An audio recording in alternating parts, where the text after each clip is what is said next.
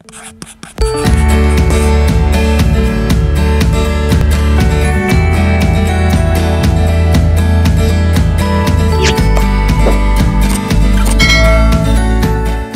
narasi sejarah dan ringkasan. 1. Teks narasi sejarah. Teks narasi sejarah adalah teks yang berisi tentang cerita peristiwa sejarah yang terjadi pada masa lampau. Peristiwa sejarah tersebut disampaikan berdasarkan fakta yang terjadi dan disampaikan dalam bentuk narasi atau urutan cerita.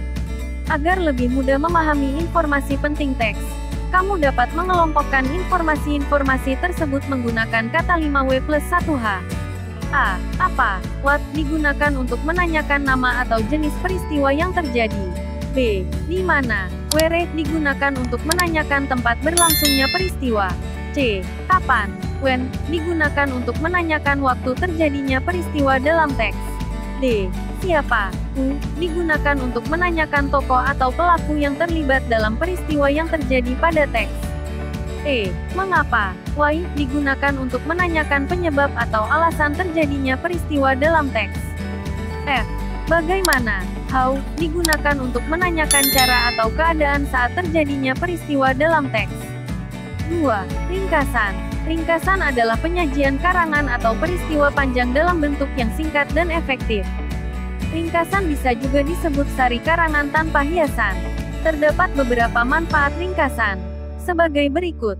A. Memudahkan membaca isi pokok suatu bacaan. Materi yang dituliskan di dalam ringkasan hanyalah pokok bacaan yang ada pada naskah asli. Dengan ringkasan yang dibuat, maka akan dengan mudah didapatkan untuk memahami isi pokok bacaan dan makna yang terkandung di dalam bacaan atau teks tersebut. B. Memudahkan mengingat materi. Dengan membuat ringkasan, maka akan terlihat jelas materi pokok yang ada pada suatu teks.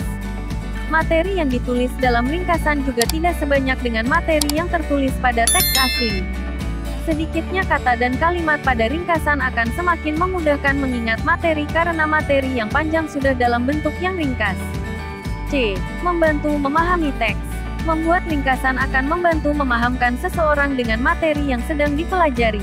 Bentuknya yang ringkas akan mudah diingat karena materi yang tertulis menjadi lebih sedikit dibandingkan dengan materi yang sebelumnya.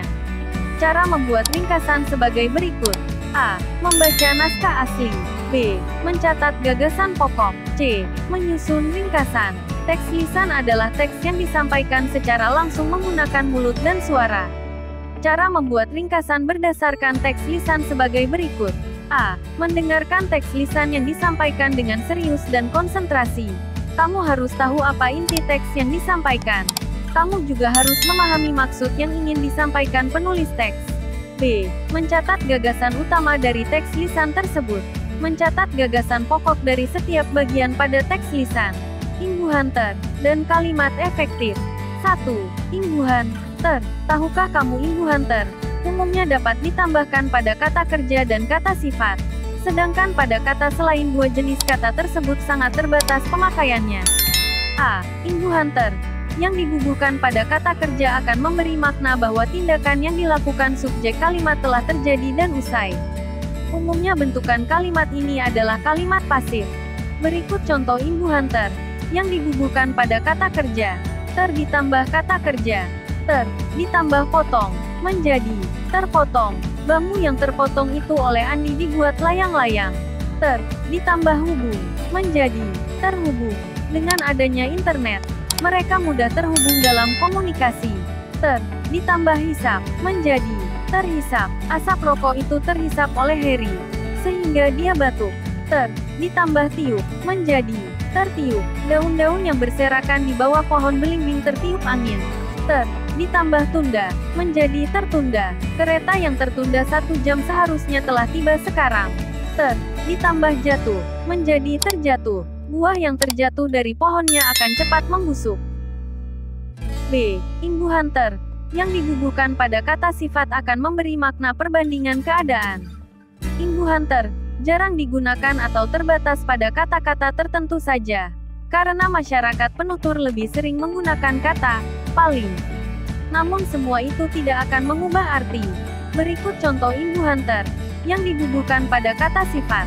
Ter ditambah kata sifat. Ter ditambah besar menjadi terbesar. Rumah berpagar tinggi itu terbesar di wilayahnya. Rumah berpagar tinggi itu paling besar di wilayahnya. Ditambah gemuk, menjadi tergemuk. Rani adalah anak tergemuk di keluarganya. Rani adalah anak paling gemuk di keluarganya. Ditambah hitam, menjadi terhitam. Ani itu anak terhitam di antara teman-temannya. Ani itu anak paling hitam di antara teman-temannya. Ditambah rendah, menjadi terendah. Udin mendapat nilai terendah. Udin mendapat nilai paling rendah. C. Imbuhan yang dibubuhkan pada kata benda atau abstrak, akan membentuk kata kerja pasif juga, tetapi pemakaiannya sangat terbatas. Berikut contoh imbuhan yang dibubuhkan pada kata benda. Ditambah kata benda, abstrak. Ditambah kejut, menjadi terkejut. Amir terkejut mendengar berita itu. Ditambah batas, menjadi terbatas. Pertemuan itu terbatas untuk kalangan sendiri. Ditambah tentu, menjadi tertentu. Bahan-bahan tertentu saja yang dapat dimanfaatkan. 2. Kalimat efektif. Kalimat efektif adalah kalimat yang sesuai dengan kaidah bahasa dan tata aturan ejaan yang tercantum dalam poemi. Pedoman umum ejaan bahasa Indonesia, sehingga mudah dipahami oleh pembaca atau pendengarnya. Tata aturan ejaan yang perlu diperhatikan. A. Tanda baca. B. Penggunaan huruf kapital. C. Penulisan singkatan dan akronim.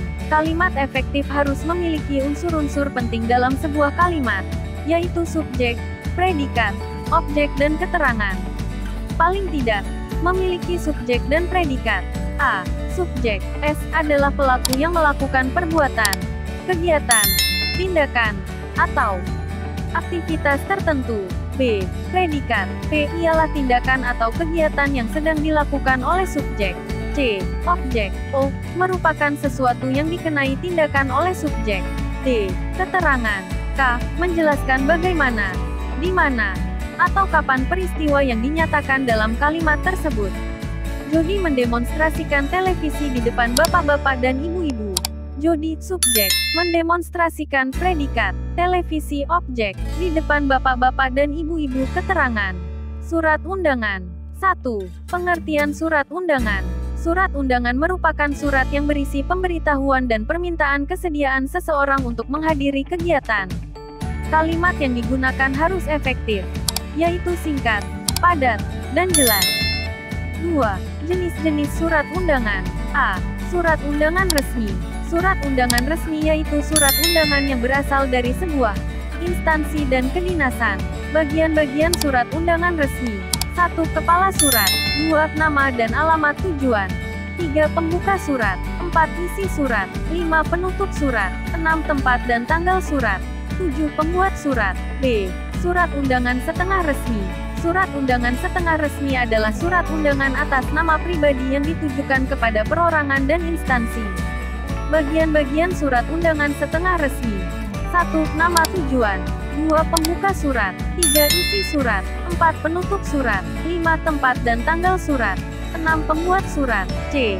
Surat undangan tidak resmi. Surat undangan tidak resmi merupakan surat undangan atas nama pribadi yang ditujukan kepada perorangan.